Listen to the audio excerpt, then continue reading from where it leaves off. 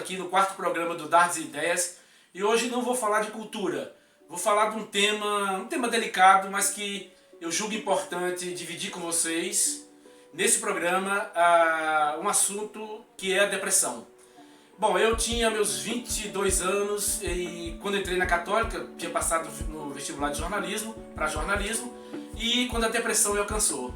Digo a vocês que a depressão é uma doença muito complexa, né? E ela não é fácil de tratar. Eu era muito jovem e achava que podia resolver a depressão sozinho. Você não pode. Uma coisa que a depressão causa em você é arrogância. Você acha que pode combatê-la sozinho. Lê do engano, você não pode.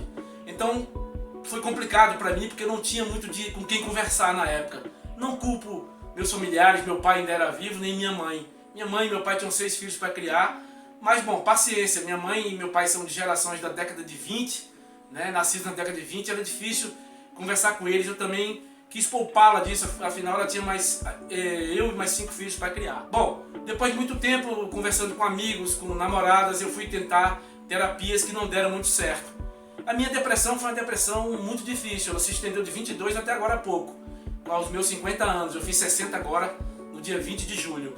E aí depois eu realmente achei o caminho, uma pessoa me indicou um médico, eu fui lá, foi muito bom e ele me passou os remédios e eu comecei um tratamento que foi muito positivo. Tomei todo tipo de remédio, remédio importado, remédio nacional, e realmente deu resultado. E eu digo para vocês, pessoal, é o caminho. Há pessoas que acreditam na questão mística, na religião, respeito eles, mas na minha experiência foi na medicação. Outro conselho, não se automediquem, né? Automedicação não leva a nada, procure um médico, converse. E aquela coisa, eu volto a repetir, invista no diálogo. Se você tem um parente, um primo, uma irmã, um amigo também, que você possa dividir essa experiência de vida, que a depressão, pessoal, eu enfatizo, é uma doença muito difícil de enfrentar. Agora eu vou descontrair um pouco, né? Falando de que todos os remédios que eu tomei, 100% dos remédios que eu tomei, eles dão uma prisão de ventre danada. Não é fácil, mas esse é o lado menor, né? O remédio é necessário, paciência, se quem tiver, dependendo do organismo e do remédio, se você tiver tendência a ter prisão de ventre, você vai ter. Mas bom, isso é só para descontrair um pouco. E agora eu dou números para vocês, pessoal. Eu estava relendo aí e atualizando as estatísticas. No Brasil são 11,5 milhões de pessoas com depressão.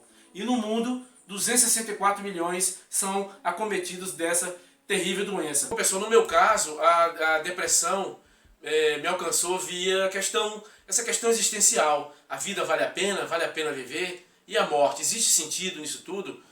Isso eu acho que muita gente, milhares, milhões de pessoas mundo afora, já deve ter pensado nisso. Foi isso que me alcançou, essa coisa da finitude, que um dia nós vamos morrer. Mas depois do tratamento, eu consegui superar isso e hoje dou muito valor à vida. Eu defino sempre que a vida, a gente tem que se apegar. A questão material é importante, mas nós devemos pegar nessas pequenas coisas, esses pequenos fios que nos sustentam. É um chopinho no fim de semana, uma pelada com os amigos, né, um bom filme, essas coisas do cotidiano. Então, depois que você supera a depressão, isso se torna muito valoroso, né? Essas pequenas coisas. Então, eu acho que a partir da ajuda que eu tive, eu superei e hoje eu sou uma pessoa que dou valor a cada momento, a cada segundo que eu vivo. Então, foi isso aí, meu processo foi esse.